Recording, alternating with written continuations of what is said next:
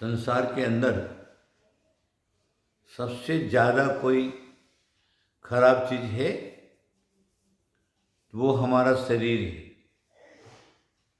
वर्तमान के लोग शरीर को पुष्ट करने में लगे, शरीर की सुंदरता और जो भी शरीर के लिए उपकरण लगते, चाहे शुद्ध हो या अशुद्ध हो, सभी को वापर करके उसका उपयोग करके अपने शरीर को ठीक रखना चाहता है।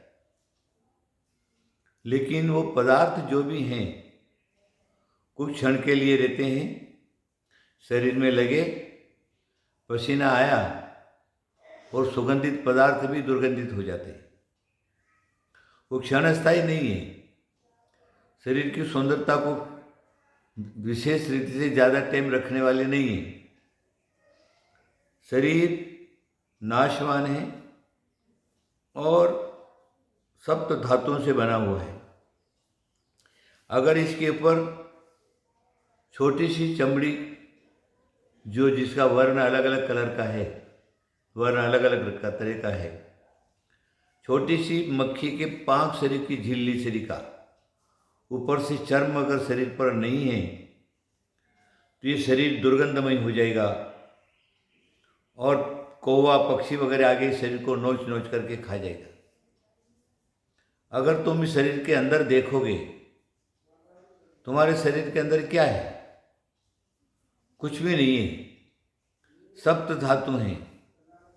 मांस है, रक्त है, चर्बी है, विष्ठा है, मूत्र है, हड्डी है, नसा जाल है, ये सारे के सारे अंदर है।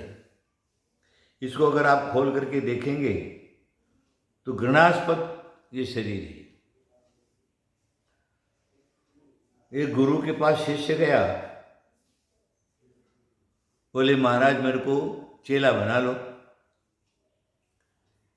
तब गुरु ने कहा कि देख भाई, चेला तो बना लूंगा, लेकिन तू क्या कर, सबसे ज्यादा जो खराब चीज है उसको लेकर के आ।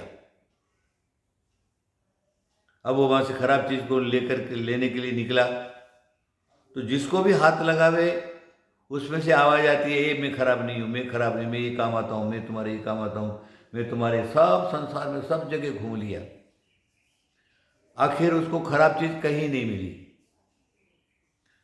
जब गांव से बाहर निकला तो गांव से बाहर निकला तो क्या देखता है, एक जगह मल पड़ा हुआ, विष्ठा पड़ा हुआ है, लेटिंग पड़ा हुआ है। तब उसने सोचा, करे गुरु ने बोला सबसे खराब चीज देखना है तो सबसे खराब चीज तो यही है। इसका विसर्जन के बाद लौट करके भी कोई नहीं देखता, कोई हाथ नहीं लगाता, इसलिए सबसे खराब चीज वो है।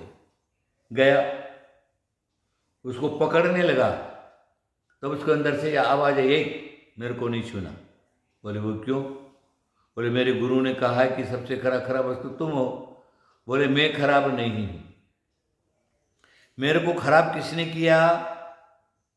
तुम ये सोचो, जब तक मैं मल रूप में परिणमन नहीं हुआ, मानव के पेट में नहीं गया, तब तक मेरा तो उत्तम से उत्तम पदार्थ था। हलवा, पूरी, रत्ती, चुट्टी, जलेबी, गुलाब जामुन, रोटी, दाल, चावल आदि आदि अनेक प्रकार के खाद्य पदार्थ रूप में मैं था। और जब तुम्हारे शरीर में मैं गया तो मेरा जाने के बाद मेरी ऐसी दुरावस्था हो गई, मैं मल रूप में परिणत हो गया। इसलिए मैं खराब नहीं हूं, सबसे ज्यादा खराब तू है और तेरा ये शरीर है, इसलिए चल यहां से। तब उसको ज्ञान हुआ, भान हुआ, अपने शरीर का जो स्थिति उसको जानकारी हुई। गुरु के पास गया, गुरु जी मैंने सारे संसार में सब जगह खराब वस्तु देख ली, लेकिन खराब वस्तु कहीं नहीं। मैं ही खराब हूँ, मेरा शरीर खराब है, जिसके प्रभाव से और गंदगी फैल जाती है। इसलिए मुझको शरीर से वैराग हो गया है, इसलिए मुझको दीक्षा दे दो, चेला बना लो। गुरु ने सब समझ लिया उसकी बात और उसको चेला बना लिया।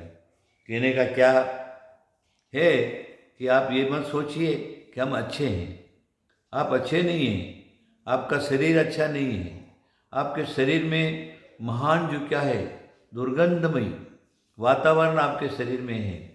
इसलिए आप क्या करिए, ये शरीर का, इसे गंधमयी शरीर, दुर्गंधमयी शरीर, इस शरीर का अगर हमें उपयोग करना है तो उसका सदुपयोग करिए।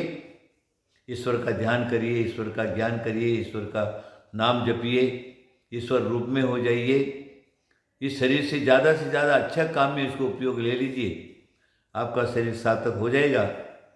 नहीं तो शमशान भूमि में लकड़ियों के बीच में आपके शरीर की राख कर दी जाएगी। सिर्फ मेरा आपको इतना ही कहना है कि आप सब लोग समझ गए होंगे। इसलिए अपना कल्याण करने का कौन सा रास्ता उसको अपनाइए, शरीर के पीछे मत भागिए। मेरा आशीर्वाद आशीर्वाद आशीर्वाद।